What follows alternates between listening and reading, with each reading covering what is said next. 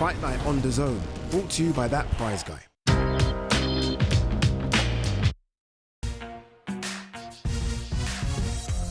What an incredible night it was here in Orlando at the Caribe Royale. It is now time for Beyond the Bell.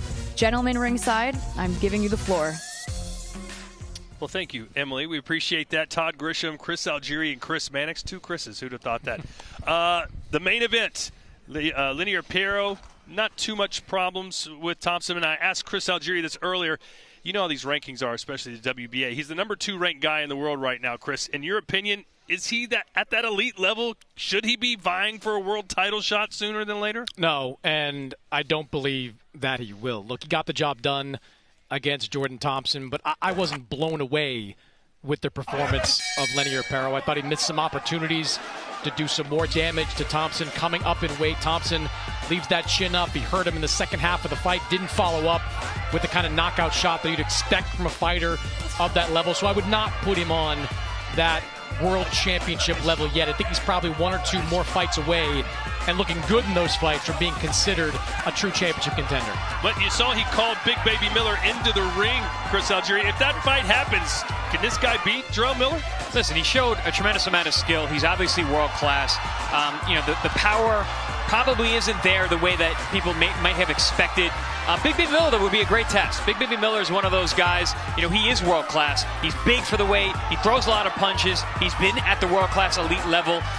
If he's going to live up to the ranking that he has right now, you got to get past a guy like Big Baby Miller. Yeah, look, I think that's the right fight for both these guys. We haven't seen Jarrell Miller in the ring since August of last year. That was a draw against Andy Ruiz. He's been anxious to get a fight later, but if he can't get one of those fights, there are a few names in that WBA mix that maybe Pero can go for. Kubrat Pulev, of course, has one of those bizarro WBA belts. Martin Bakole trying to get back on track as he coming off that loss to Joseph Parker. Filip Hrgovic, same thing. He's trying to pick up some momentum as he gets back into the heavyweight title picture, but it sure seems like from what we heard in the ring that Matchroom is going to try everything to make a fight between Jarrell Miller and Lenier Pero happen. It could happen right down here in Orlando. It could happen in Miami. It's the right fight.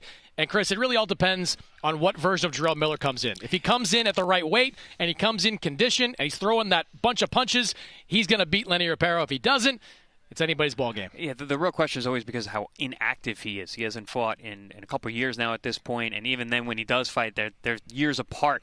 But I will say, he did look like he was in shape tonight. He got called into the ring. He jumped right up there. He always has the gift of gab. He can sell a fight. I like the fight a lot. I think it makes a lot of sense to do it right down here in Florida. Baby Miller trains down here. We've got the Cuban presence that's here. Let's make that fight. Seems like it'll be easy to make. Yeah, it wasn't the most inspiring performance from Pero. I don't think anyone was knocking down his door to see him again. But if you're going to land 50% of your punches, you can beat anybody in the world. So we'll see what's next for Lenier Pero. What's next for us? Next week, we go to Texas. Virgil Ortiz Jr. versus Erickson Lubin. Ortiz Jr., of course, 23-0, 21 knockouts. Lubin, only 2 losses to world-class talent, Fundora and Charlo. What's going to happen when these two collide in Fort Worth? I think it's going to be an all-action, offense-first affair with these guys. Ortiz, listen, he's a seek-and-destroy guy. He's throwing that left hook to the body. He's got a vicious jab. At 154, he's not the same kind of puncher he was at 47, where he was just mowing guys down. But he's got a tremendous gas tank, and he's going out there to hurt you with everything that he does. He's got bad intentions on all of his punches. He's an excellent, excellent body puncher. That left hook is a thing of beauty, and he's looking for to knock you out every step of the way, each round. But he's got a really tough guy in front of him in this fight, one that you can't just look past.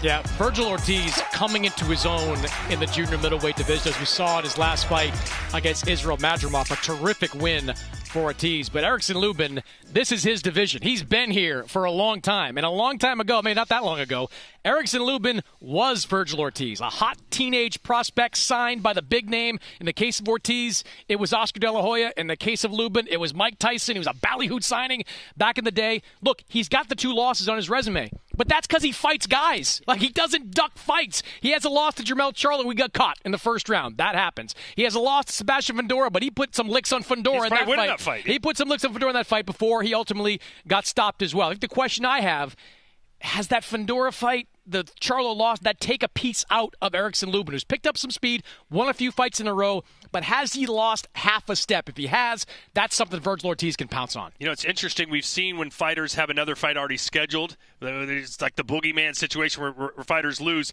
Although the fight hasn't been made official, the Boots Ennis-Virgil Ortiz fight, Boots is going to be there. Eddie Hearn said he's going to be there. Do you think that affects Virgil Ortiz at all in any way, seeing that guy ringside, knowing everybody wants that fight next? So listen, most fighters, almost all fighters get affected by stuff like that. I don't see that with Virgil. He's so mature. He's got Robert Garcia in his corner. These guys are really smart. And also, I speak to Robert all the time. He knows how dangerous this fight is. They are not looking past Erickson Lubin. Erickson Lubin, like you said, has a ton of experience. He's been around the block.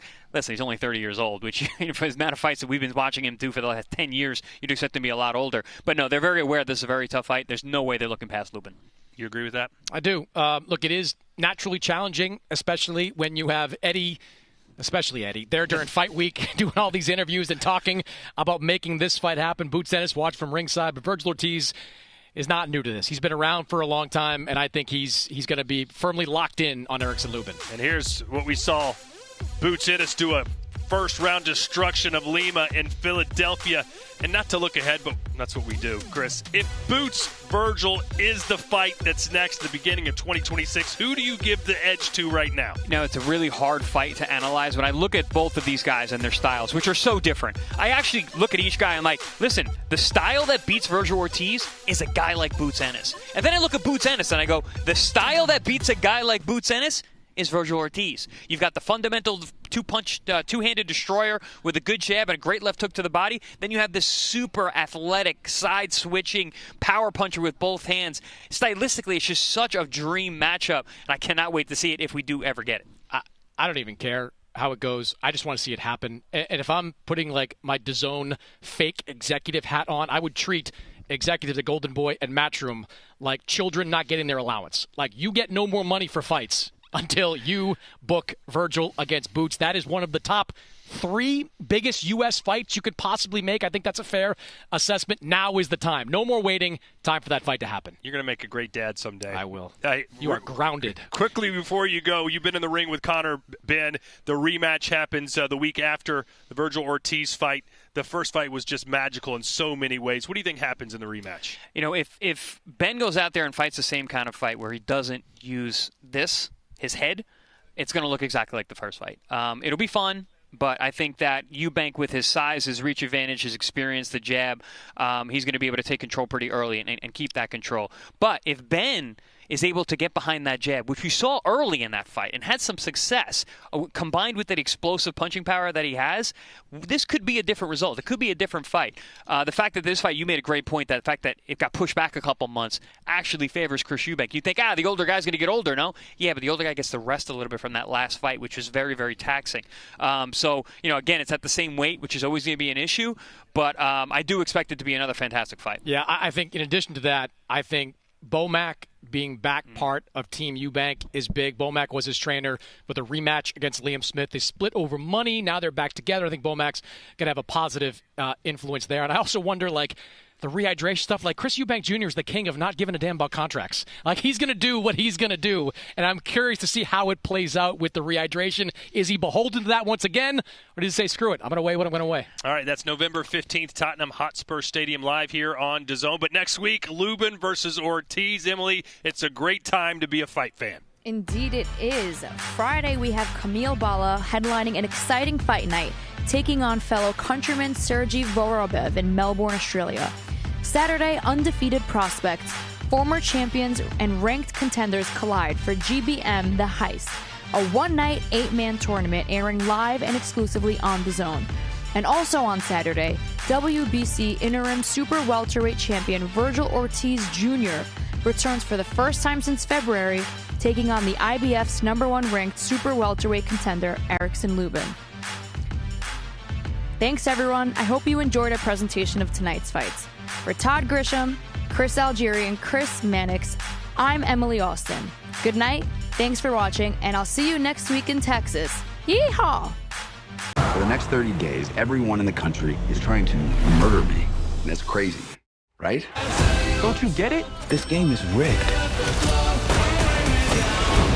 What is happening? Welcome to the Running Man. The Running Man. Tickets until now.